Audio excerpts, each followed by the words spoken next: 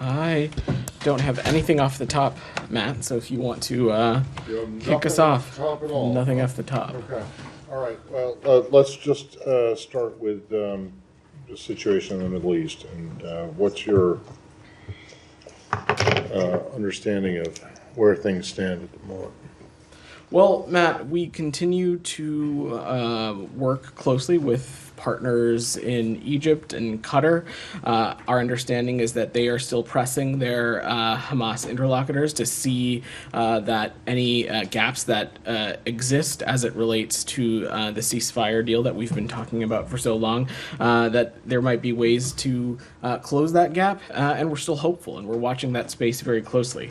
The president and the secretary were clear when they laid this out. We believe that this three-phase ceasefire proposal that Israel has made to Hamas and that the UN Security Council has endorsed is the best way to end the violence in Gaza and ultimately end the conflict. And we're continuing to push to try and close this deal. Right, but you've seen the latest from Hamas that they don't, that it's not good enough, right? Matt, I'm not going to get into the ins and outs. I'm not asking you to get into it. Have you seen it? I'm not aware of a recent proposal or communication from Hamas aside from the one a number of weeks ago. But again, I'm not going to negotiate or get into the back and forth on this publicly. What I will just say, and again, is that our viewpoint is that the time for haggling is over and it's time for a ceasefire. We and our partners agree that the deal it has to be grounded in the principles of the ceasefire proposal that the entire international community already supports. And Hamas has previously agreed to similar iterations of this proposal, so they need to sign on to the version that was shared in front of them. Okay, and then last one, just on the north, Israel's north, Lebanon's south. Yeah. What's your current concern about the possibility of a broader conflict there? So I don't have a prognosis to offer, Matt, but restoring the calm along the blue line, it continues to remain a top priority for us, and it must be of utmost importance to Lebanon and Israel as well. We continue to be concerned by the level of violence, and we're continuing to work towards a diplomatic solution that would allow Israeli and Lebanese citizens to return their homes and live in peace and security. When the president laid out that ceasefire that we were just talking about, Matt, he said in his remarks that a ceasefire and a hostage deal in Gaza will accelerate the possibility of progress, including lasting security among Israel's northern border with Lebanon. And so that's something we're going to continue to work towards. Thank you. Leon. Yeah, just to follow up on Gaza, what do you make of the evacuation orders, again, that were released today in Khan Yunis and Rafah? You've always said that you were against all displacement of populations, and poor Palestinians have been going up, down, east, west, and now again they had just fled, now they came back, now they have to leave again. What do you make of those orders, too? So, of course, Leon, when it comes to one of our key tenets of this conflict, the secretary was very clear in Tokyo that there can be no permanent displacement of Gazans. Of course, over the course of this military operation that the IDF is conducting, and I will let them speak to specific logistical parameters, as those operations are being conducted, it is, of course, pertinent that civilians and non-militants be asked to appropriately evacuate for safety concerns. But again, these are all logistical parameters that the IDF can speak to. When it comes to the tenet of how we've been talking about Rafah, there has been no change in our policy. We continue to believe that any major military incursion into Rafah we would be opposed to, but yet we have yet to see any kind of incursion to take place thus far. Camilla. Thank you, Vedant. Just back to Lebanon, we've seen a couple of alerts go out from U.S. Embassy Beirut over the last few days, and the most recent today was one about flight restrictions. Can you just give us a little bit more detail at all on or any kind of insight into possible preparations for Americans as things continue to be very tense on the border there. I know that you can't get into too much detail, but what can we expect in terms of like the kind of options that state has to help Americans if need be and needs to pivot there last minute? So let me say a couple things. First, for those who may not be tracking, the country of Lebanon as a whole currently is at the travel advisory warning level of level 3, reconsider travel. But the specific region of southern Lebanon is at a level 4. It's at a level 4 do not travel level, as is Lebanon's border with Syria, as well as refugee settlements throughout Lebanon. We undertake this kind of work and planning at all of our first, let me say that when it comes to our travel advisory warnings, we make those assessments and changes based on circumstances on the ground, and we'll continue to assess what situations are like should there need to be any kind of change in travel advisory warning. When it comes to supporting American citizens, we have no higher priority than the safety and security of U.S. citizens overseas. And in many countries, the security environment remains complex and can change quickly. Any citizen traveling abroad anywhere, our message to them has always been that they should enroll in Smart Traveler to be best informed about any communication from the U.S. government. We also encourage that in Lebanon that U.S. citizens have their own departure plans in place, and we don't have any announcement to make on any evacuation of private citizens from Lebanon. But what I can say is that the U.S. government remains diligent in planning and preparing for any and all possible emergency contingencies. And this is work that happens not just in Lebanon, but at all of our diplomatic facilities, at our embassies and consulates around the world. This is what we do, and it's part of our contingency planning. But I wouldn't speak to any more specifics beyond that. And just given that these alerts have gone out in the last few days or within a week, do we read that as there has been an escalation in the past few days, or is this just a culmination of this is the State Department and the U.S. government wanting to offer American citizens in the country and in the region, and those who may have loved ones in the country and the region, to have the most informed information as possible and have the best avenues to stay in touch with the U.S. government. Nick. Different region, but somewhat related. Can I see if anybody else has anything else, then I will come back to you. Simon, did you have? No, not on this region. Okay. Kylie, go ahead. It was reported over the weekend that the U.S. proposed new language to bridge the gaps. You were saying you've been working to bridge the gaps between Hamas and Israel for a hostage release and ceasefire.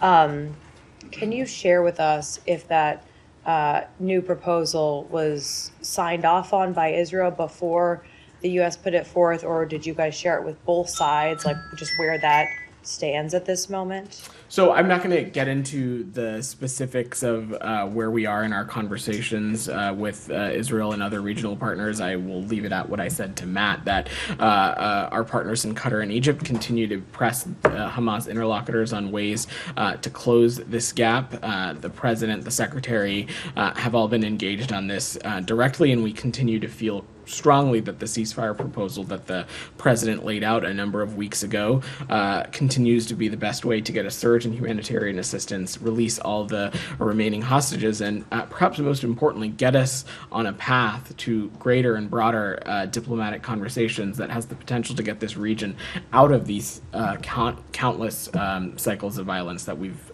been experiencing. So no time frame for expectations as to when No, I wouldn't speak to time frames with the specifics of the deliberations from up here. Okay. All right. Go ahead.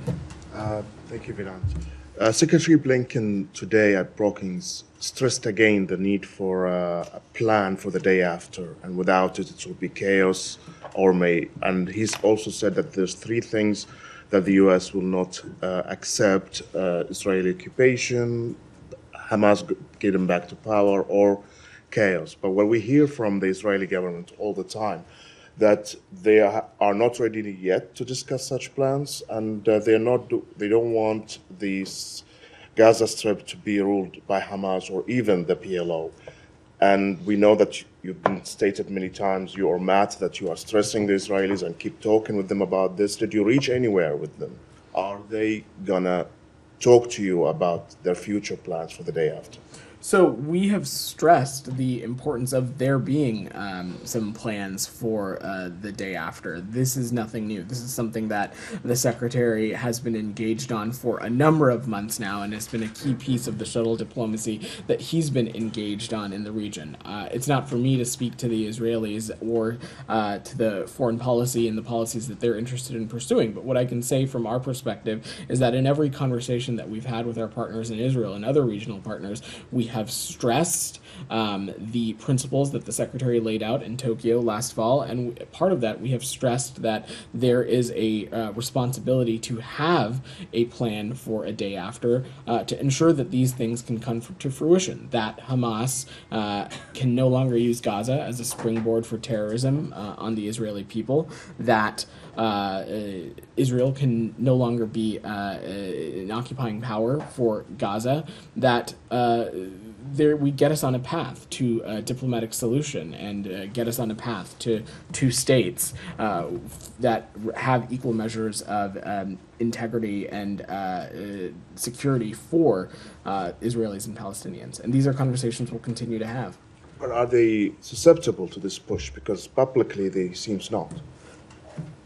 It should come as no surprise that over the course of this conflict, we of course had policy disagreements and with our partners in Israel, but we'll continue to engage on these conversations. But we have stressed at every turn that there is a responsibility and a need to make sure that there is a plan for a day after. Michelle, go ahead. Vedant, Arab League Assistant Secretary General has said during the weekend that the League's member states concurred that the labeling of Hezbollah as a terrorist organization should no longer be employed. Do you agree with the Arab League on this? So I've seen those reports, Michelle, and we're looking into them, but let me just say unequivocally that there is no question that Hezbollah remains a dangerous terrorist organization and a destabilizing force in the Middle East. We believe that there is no reason to take steps to remove such a designation, and we have continued to urge governments around the world to designate, ban, or restrict Hezbollah. 16 governments from across the world have heeded this call since 2019, and we'll continue to have those conversations. But again, I just want to reiterate, in our point of view, Hezbollah remains a very dangerous terrorist organization. Simon, I saw you had your hand up. Yeah, just moving to a slightly separate subject. Sure. Just since this is the first briefing you've had since the debate on Thursday, there's obviously been a lot of responses over the president's performance. I know this isn't the White House, but I also want to note that the secretary doesn't have any events this week where we'll have a chance to ask him directly. So this is a forum to try and ask. And he was asked about this morning, not by a journalist, I should say, at Brookings Institution. About, globally there has been as well as domestically, there has been some response to the president's performance on the debate stage. It's raising some questions about his ability to lead, to respond to crises. From this building's point of view, is there anything you want to say in response to that? I think Secretary Blinken laid out our point of view on this pretty clearly, and so I would just echo what he said. And to give just a snippet, the Secretary was pretty clear and succinct that the world and world leaders know the president. They know the policies that he pursues and he champions, and they like and believe in the policies that we're pursuing. Next week, the Washington area has the great opportunity to host NATO leaders for the 75th NATO summit, which I think will be another opportunity to talk about this administration's commitment to having a seat at a table, and this administration's commitment to showing that American engagement matters. And so we'll continue to have those conversations. But I will leave punditry and electioneering to others in DC. Have you had any contacts from allies or other countries, expressing concern over this performance and asking to sort of for reassurance? Again, I have no diplomatic conversations to speak to, but I will just echo again that world leaders know this president, and they know this is a president who has worked at the cross-section of foreign policy for decades, and they know and believe in the policies that he and this administration are pursuing. Well, leaving aside the punditry and electioneering, what was your reaction? What was the reaction of this building? Matt, it's really not appropriate for me to be offering any commentary on something like a debate from up here, and I think you've been covering the State Department long enough to know But that. the question's going to be asked. I appreciate you asking it, I guess, but I'm going to politely. No, Matt. I do appreciate any question you ask, but I will politely. I will politely decline to comment But on. So to follow up on something, you've heard absolutely nothing. You're not aware of anything that any foreign government has said since Thursday night to you or to anyone you're not aware of about what happened. That is correct. Nothing. Correct. Okay. One more question on this. Go ahead. And this building, have you guys given any guidance to your top diplomats who are serving in a political capacity because they've been picked by this president in terms of how they should be answering questions about if Biden will remain the nominee from their interlocutors overseas? People who are employees of the State Department, whether they are Schedule C, whether they are a presidentially nominated person in that position, are well aware of what their roles and responsibilities are in speaking to domestic politics in any kind of official capacity. So that's not a yes or a no? Go ahead, Sam. Yeah, I have another question, but, tagging onto the debate question, is it some concern in this building that not just a lot of the international community, but even former President Trump said that, no, Israel is the one that's, ensuring that the attack in Gaza continues? Is there some concern that there's going to be a broader consensus, contrary to the claims of the State Department, the administration, that Hamas is the holdup here? I'm not sure I fully understand your question, Sam. What exactly are you asking? Well, there was some substance in the debate, and as there tend to be in presidential debates. And Trump and Biden depicted Hamas as the lone holdout for preventing a stop to the fighting, and Trump said, no, actually, Israel is the holdout, and then he quickly added that that it should continue to kill Palestinians. So although he took a very militaristic perspective, he actually acknowledged the underlying truth shared by a great deal of the international community that, in fact, it is Israel that is holding up a stop to the conflict.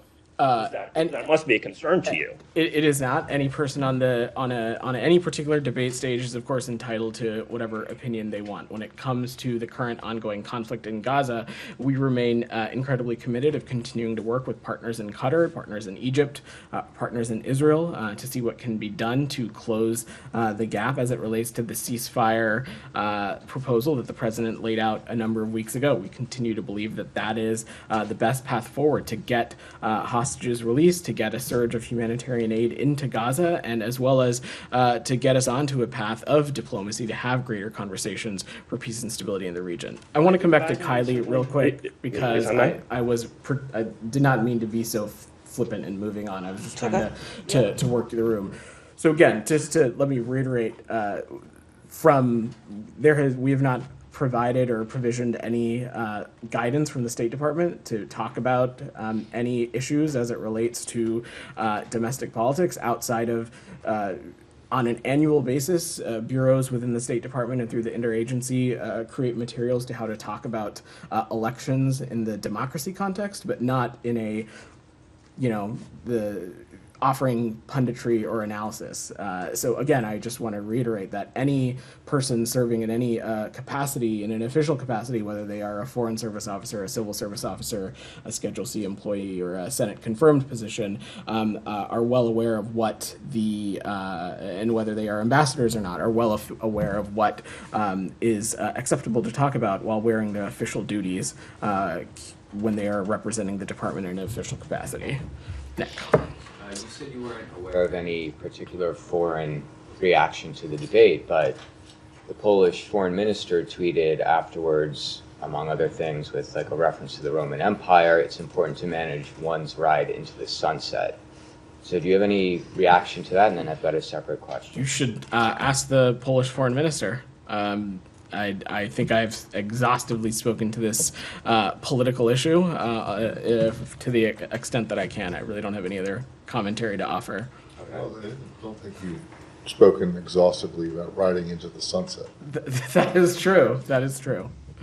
I will let you ask your follow-up. Okay, kind of same region and tangentially related to the Lebanon questions.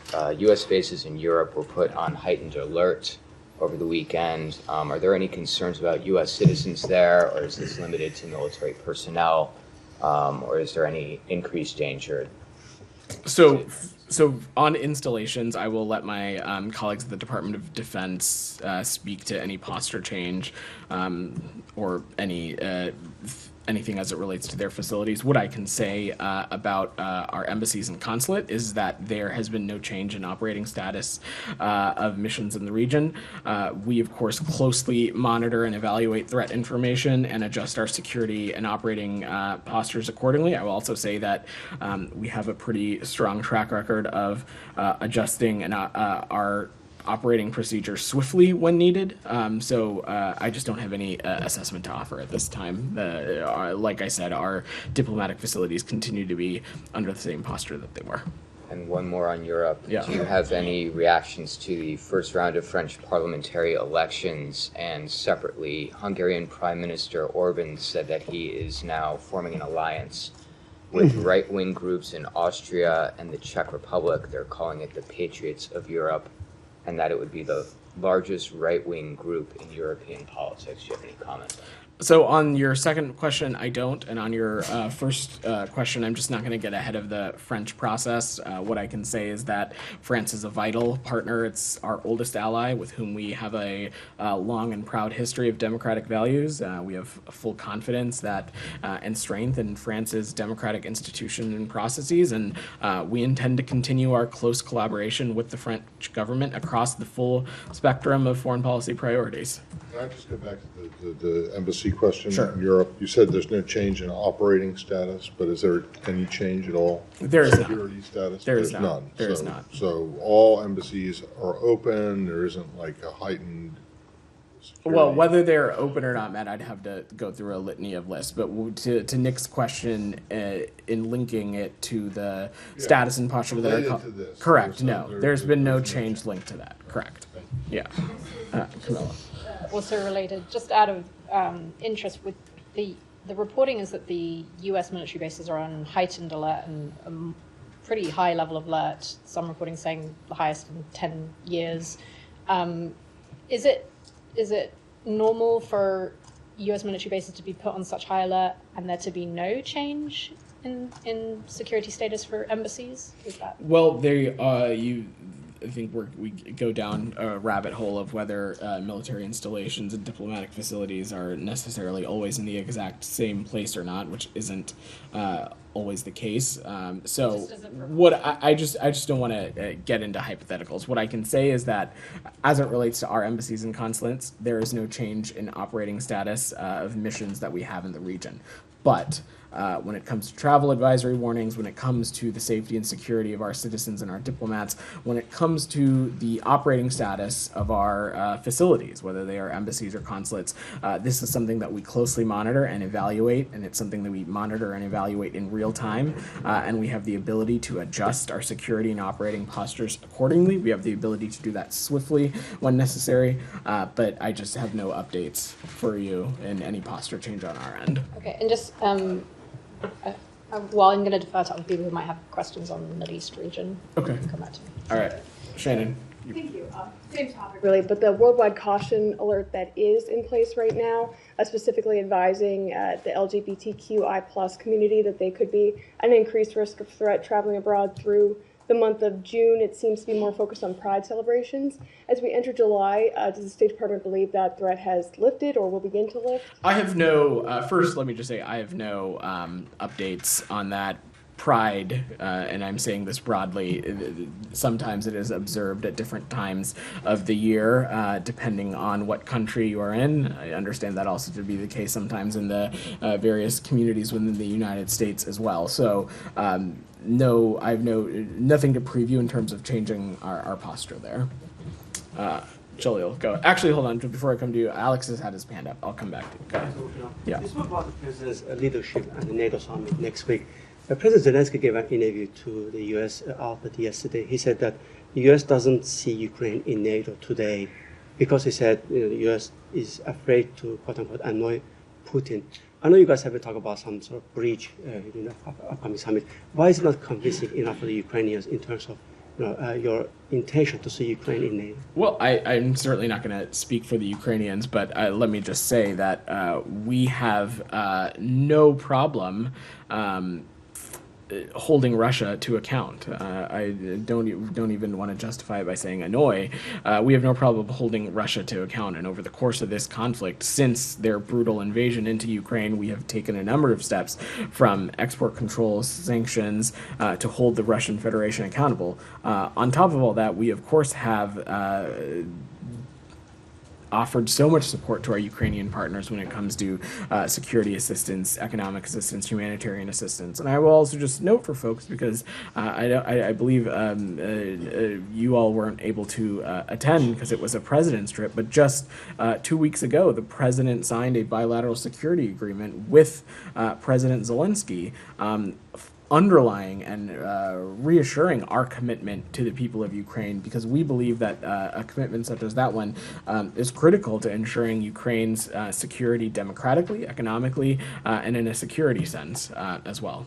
So just to be clear, so the U.S. wants to see Ukraine in NATO and is not afraid of annoying Putin. You have seen this Secretary of State and this President talk about how we believe that it is important there be a bridge to Ukraine's membership in NATO. Of course, this bilateral security agreement is not a replacement for that, but it is one of the things that we view as part of that bridge to one day Ukraine being able to join NATO. Look, we have long said that we support and affirm NATO's open door policy. Thank you. I have two more South focus. The Secretary spoke about Georgia today, and he said that we have taken some actions. Clearly, to talk about sanctions, weeks, actually, a couple of days after the initial sanctions first tranche was announced, the reports that Georgia's Security Service chief was in the United States. You also guys have invited Georgia's foreign minister to Washington next week. Aren't you concerned you're sending out mixed messages?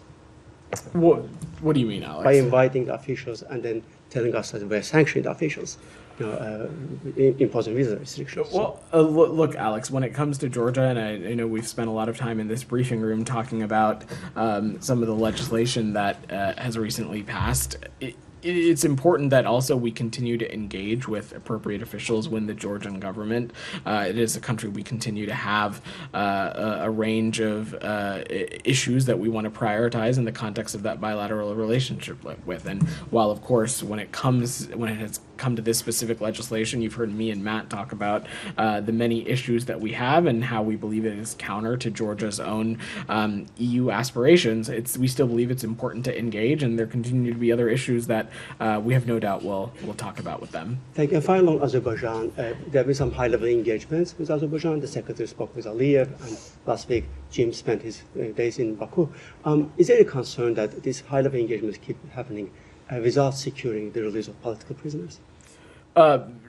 Alex, this is a long process, and it requires us to have continued engagement, and it's something that I would expect both the Secretary and Assistant Secretary O'Brien and others to be continue to be focused on. Julia, you've had your hand up. I'll come to you, Michelle, right after. Go ahead, Julia. I wanted to ask about the reported coup in Bolivia and the reports today that the former president's accusing the president of staging a self-coup to gain popularity. I was wondering what the State Department makes of this allegation and if the posture toward this is changing. So we're continuing to monitor the situation in Bolivia, as I imagine many in the international community are. we understand and have taken note the number of viewpoints that have emerged in recent days, and we welcome independent analysis into the events of June 26th. What I want to say broadly, though, is that these events in Bolivia make clear that democracy continues to remain fragile in some parts of our hemisphere, and the United States intends to work together in line with the OAS Charter and the Inter-American Democratic Charter to protect the democratic institutions of our countries and other countries. Are you concerned that if, it does turn out to be a self-coup, that will create even more instability in the area? We said we'd welcome independent analysis of these events. I will let that process play out first before offering additional perspective. Geeta, go ahead. Thank you. A question on the presidential elections in Iran, Vedant.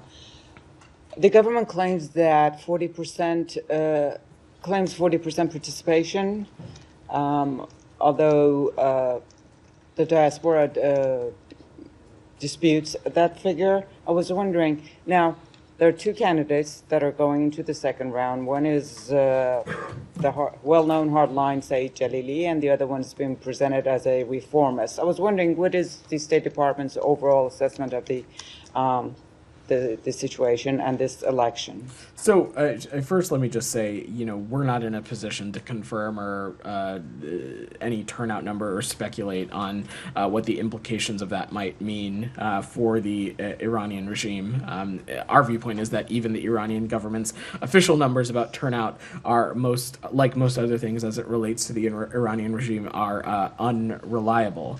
Our view is that these elections in Iran are not free and fair, and we have no expectation that these elections and whatever the outcome might be will lead to a fundamental change in Iran's direction or lead the Iranian regime to offer more respect for human rights and more dignity for its citizens.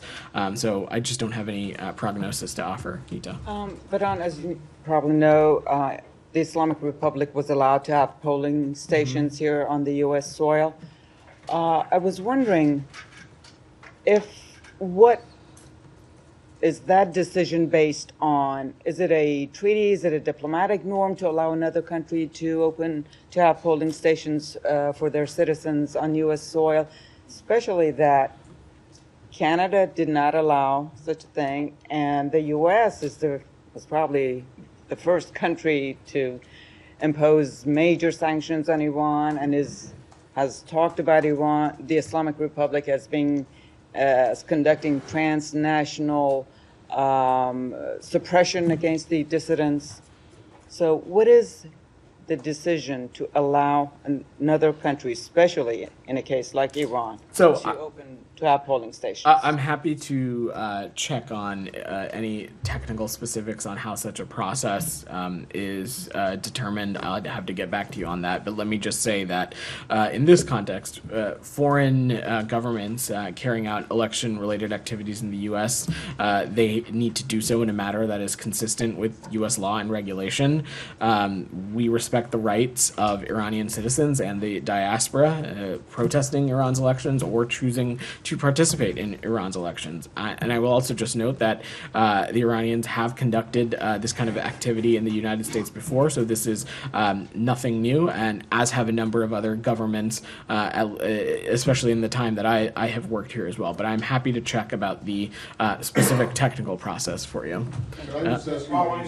When you said that most figures released by the Iranian government are unreliable, does that extend to uranium enrichment, centrifuge, numbers of centrifuges running, oil exports? Well, I mean, in the context of that question, if you specifically as it relates to its nuclear activities, that is certainly one of the reasons why we have insisted that the Iranian regime appropriately open its door to the IAEA as persistent to the agreements in the JCPOA. So you would say that it extends to that. You don't believe them on anything. They do not have a track record of credibility when it comes to anything. I think that would be a fair assessment. Yeah. Michelle. Yeah, can we go back to Israel? Sure.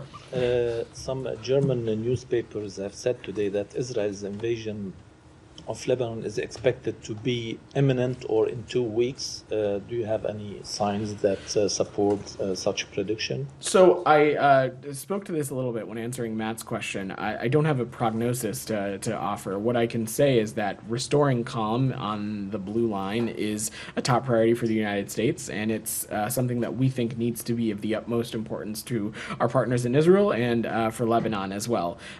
We are concerned by the levels of violence, and we're continuing to work towards a diplomatic solution that would allow Israeli and Lebanese citizens to return home and to live in peace and security. It's our viewpoint, again, that the ceasefire proposal that President Biden laid out when he gave remarks on it, it would accelerate the possibility of progress, and that includes lasting security along Israel's northern border. And are you aware of any U.S. official or officials going to the region this week to... I don't have any travel to announce. Jalil, you've patiently been waiting. Two on Pakistan, one on Afghanistan.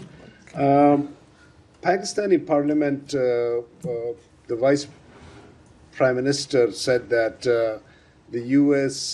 did unsolicited interference when 368 congressmen favored and 7 opposed that the elections were fair. Do you condemn such statement by him? That, are you talking about the House resolution? Yes, the House resolution was. So it was a bipartisan. So I hope you can condemn it in a strong. Let me just say, as a standard practice, we're not going to speak to pending congressional legislation. I will also note that in the United States of America, in our democratic system, Congress is a separate but co-equal branch of government. Let me just say broadly that when it comes to Pakistan, our most senior officials, whether it be Secretary Blinken, Assistant Secretary Liu, Ambassador Bloom, we have consistently and privately and publicly urged Pakistan to respect the rights of its people in line with its constitution and international commitments. And we urge the government of Pakistan to respect human rights and fundamental freedoms, including the freedom of expression, freedom of association, peaceful assembly,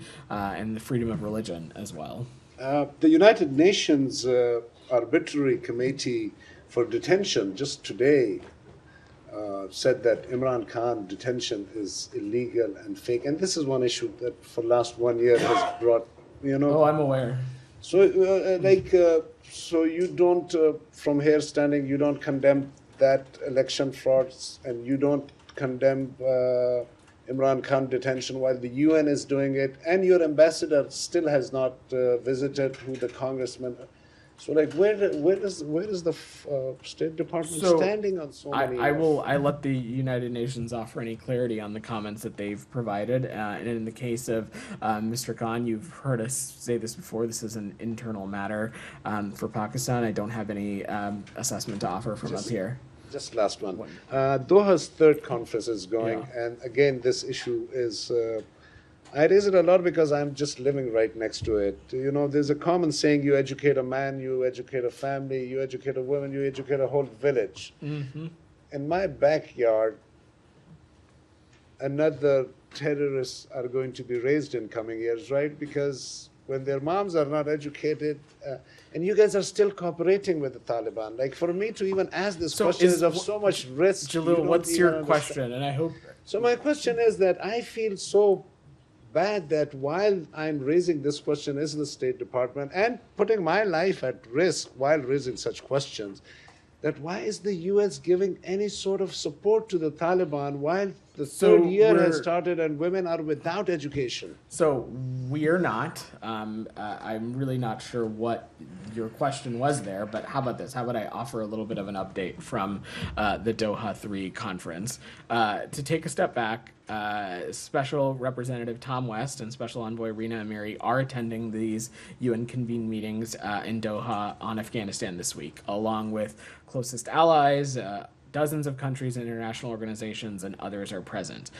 We committed to participating in this after receiving assurances from the UN that the discussion would meaningfully address human rights, particularly the plight of women and girls, and importantly, that there would be opportunities for engagement in Doha with Afghan women and civil society. It's not this typical answer that you're reading to me. I'm personally requesting you that, Vedant, when women are not if you're going to interrupt me, we're going to stop taking your questions. You. I just want no, to, you absolutely are. A little bit I'm happy to stop calling on you, Jalil, No, and Vedant, we I'm can sorry move if on you're to feeling other this way. questions.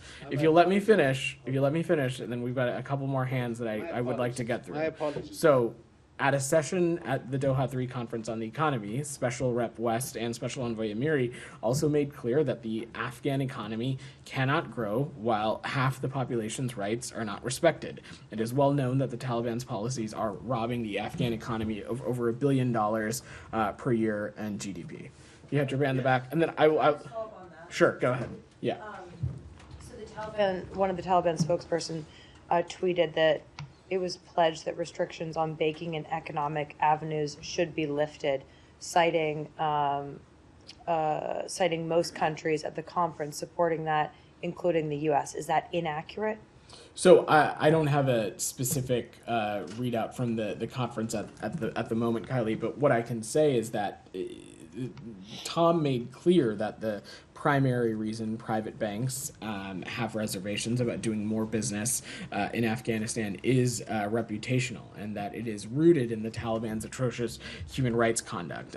We know that the Taliban often complains about sanctions, but given the broad general license issued by the Treasury Department, relief organizations as well as businesses have the leeway they need to support the Afghan people. So no restrictions on the banking and economic avenues that you can that you are aware of at this time. Correct.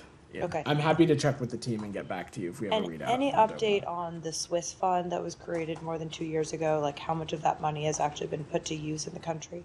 I don't have a breakdown, but we're happy to check with the team. Yeah. Go ahead. Thank you. Yeah.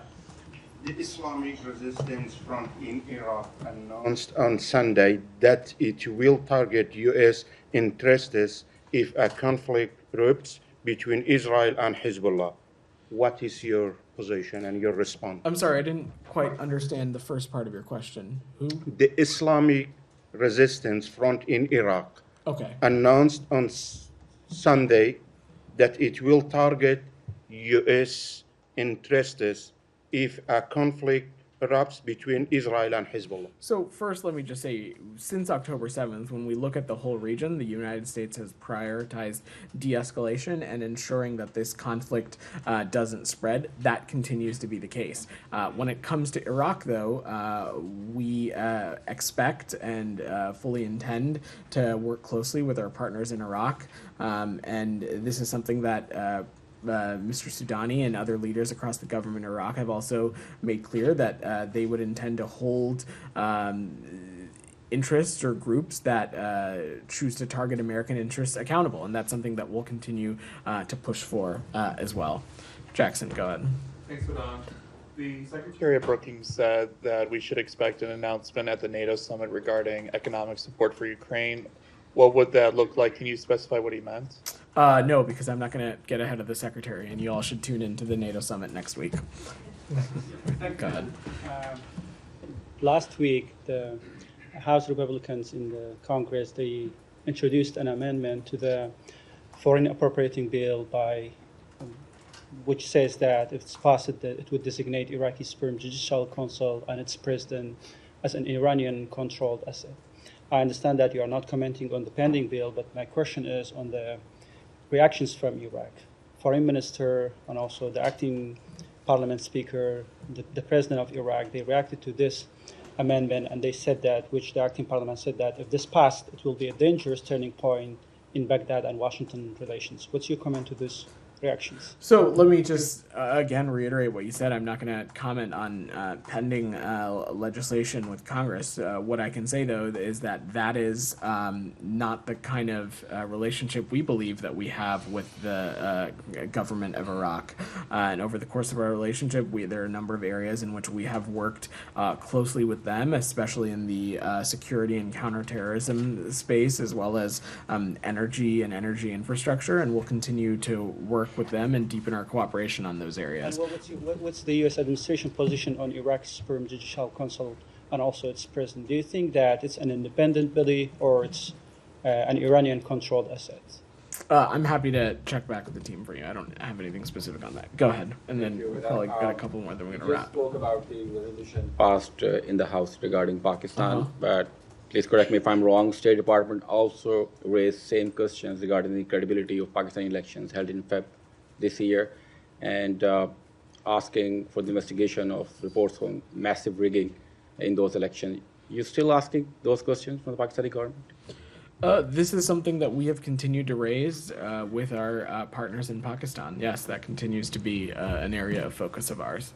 So the Department of Homeland Security has identified over 400 immigrants from Central Asia and other regions as subjects of concern due to their entry into the U.S. through an ISIS-linked human smuggling network. What measures are being taken to mitigate this threat and ensure national security? So we're aware of this report, and this is something that my colleagues at the Department of Homeland Security can speak to in more detail. Let me just say, though, that we work very closely with international counterparts, including our partners in Central Asia, on issues like counterterrorism partnerships, exchange information on potential threats, and as well as improving screening capabilities. But I'll let DHS speak to that more. So would you say something about the multiple bombings in Nigeria, like more than 50 people dead, more than 100 are injured? So we condemn this horrific attack that took place in Borno on June 29th. These attacks show a disregard of human life and a reminder of the ongoing threat posed by terrorism in the region. We offer our condolences to the families of those killed and wish a full recovery to those who were injured. Goyal, go ahead. Thank you, sir. Good question. This debate has been going on in India and also in the US, and even during Modi's second term, Modi 2, and now it continues Modi 3. As far as US-India relations are concerned, because of some countries don't have a good relation with the US because they support terrorism and all those things like Iran and North Korea and among others. But India or Modi is friends with them, or they deal with them because of the national needs of India, including with Iran and also with the Soviet Union, with Mr. Putin, with Russia. So how are you going to deal with India-US relations in this midst of, because there are sanctions against those countries, but India or Modi is saying that we have a national need and we have to deal with them in our own. But as far as US relations are concerned, we are with the US and we will be with the US because largest democracy on the globe and the oldest democracy on the globe, and now we celebrate, of course, the 4th of July. So where do we stand? So let me just say, this is something this should be not new to you, Goyal, that India is a country in which we are deepening our relations with in a number of key spaces, especially as it relates to deepening our economic ties, deepening our security cooperation. The president had the opportunity to briefly see Prime Minister Modi on the margins of the G7 a couple of weeks ago. So this is an area we will continue to cultivate this relationship. You are no stranger to the fact that we hosted India for a state visit last summer, and I imagine there'll be a number of additional areas where we continue to deepen cooperation. National Security Advisor Sullivan just had a visit to Delhi a number of weeks ago as well. And second, sir, thank you. Prime Minister Modi have been trying even during his second term that India wants a good relation with Pakistan, neighboring country, because if we have good neighbors and we prosper and all that, India, and Modi said that now time have come for Pakistan to develop for needs of their people, national needs, not just for military and not corruptions and all that. What I'm asking you now, because still now Mr. Sharif or Jaz Sharif have been trying to say that we not want to have good relation with India, but India is saying, as in the last 5 years, that terrorism and talks cannot go together. Pakistan have to condemn terrorism fully against India. Is still going on. So where do we stand as for a triangle US-India, US-Pakistan, and India-US relations? Well, we would hope that any country on the face of the planet condemns terrorism anywhere, but ultimately this is between India and Pakistan. Broadly, of course, we welcome any countries making more positive relations with their neighbors, but as it relates to this specifically, I just don't have anything to offer. Go ahead, in the pink. Many women journalists in Israel who were reporting this weekend on the protest of ultra-Orthodox Jews against the Supreme Court's order to enlist them for military service have complained publicly about insults and violence from these protesters who called them whores, among more insults. What is your reaction to these insults, to this violence towards women journalists? So first, let me just say, any kind of violence or insult to journalists who are just doing their job, in this instance, covering some protests, is fully unacceptable. Time and time again, you've heard us say that we believe it's important and imperative for journalists to be able to do their job, especially in this region of the world. But beyond that, I don't have, as it relates to the protests itself, I don't have anything. That is it's an internal matter for the government of Israel, but unequivocally, journalists need to be able to do their jobs, and insults, name calling, and any kind of violence is unacceptable. All right, thanks everybody.